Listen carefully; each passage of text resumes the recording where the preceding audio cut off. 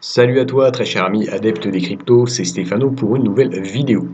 Une vidéo donc sur Bitcoin suite à la belle débâcle qu'on a eue hier. Donc je te parlais en direct live aux alentours de 17h30 et en fait je t'avais fait une vidéo à partir du moment où on est sorti du triangle de long terme, dont je t'avais parlé depuis quelques semaines, quelques mois même, et où je disais que à partir du moment où on allait sortir de ce triangle par le bas, on risquait d'aller descendre beaucoup plus bas. Et puis comme tu peux le voir à l'heure actuelle, on est allé chercher quand même pas loin des 5200, donc ce qui est quand même assez bas si on considère qu'on est parti de 6100, où se trouvait à peu près le bas de ce triangle de long terme. Donc effectivement là, à l'heure actuelle, on est un petit peu à un moment de consolidation, comme tu peux le voir. Et si on change un petit peu de base temporelle, on passe sur les 4 heures, effectivement là, on voit bien qu'on est sorti de ce triangle-là par le bas et qu'on est cherché très bas, donc on a eu une descente très très rapide. Et puis après, maintenant, on est dans une zone de consolidation, mais voilà, on a créé différentes zones de support qu'on va pouvoir, de support à distance, qu'on va pouvoir surveiller de près. Mais en fait, si on passe vraiment au niveau journalier, quotidien, là on voit vraiment que c'était très clairement la sortie de ce triangle par le bas. Donc tu vois que là on avait touché, on a créé ce triangle depuis très très longtemps. En fait, il a été créé en avril-mai, si je me souviens bien. On peut aller regarder un petit peu plus loin où est-ce que ça se trouve. Le début de de ce triangle, c'est par ici. Donc c'était, on va aller fermer ici pour regarder un petit peu la date du début de ce triangle. C'était voilà aux alentours de début mai 2018. Donc après, on est allé chercher le bas ici, on a recherché le haut ici. On est redescendu chercher le bas de ce triangle ici, on est remonté, on n'est pas arrivé jusqu'au sommet, et ensuite on est redescendu, on a rebondi sur la zone des 6000 $. Et donc ça a été une zone de support. Donc comme je disais, il fallait suivre vraiment le triangle en pourpre à l'heure actuelle, qui est représenté en pourpre à l'heure actuelle.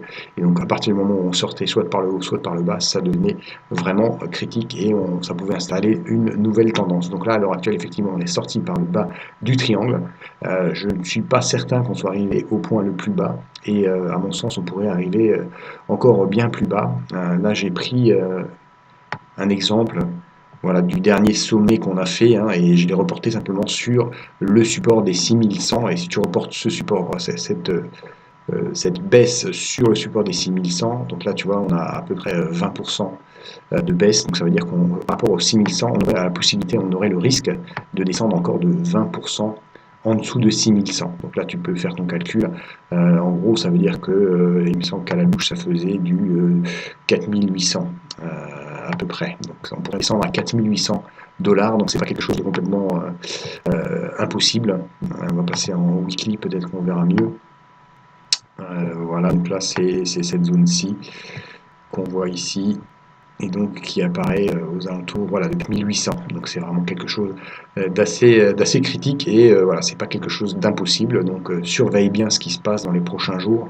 Il faut regarder vraiment si les volumes reviennent en masse parce que la volatilité est revenue. Là on voit bien au niveau des volumes aujourd'hui et hier, c'était assez violent et c'était sur la baisse évidemment. Alors là je te garantis pas qu'il va pas y avoir une petite correction puisque là on est hors des bandes de Bollinger inférieures.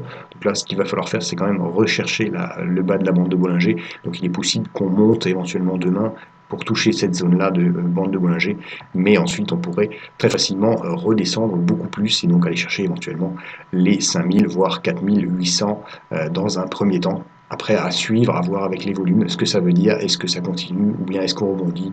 Voilà, c'est vraiment maintenant un moment intéressant puisque là on a pas mal de volatilité, donc c'est à ce moment-là qu'il faut un petit peu trader aussi bien à la baisse qu'à la hausse. Donc en l'occurrence, à l'heure actuelle, les baissiers sont plutôt gagnants plutôt que les haussiers.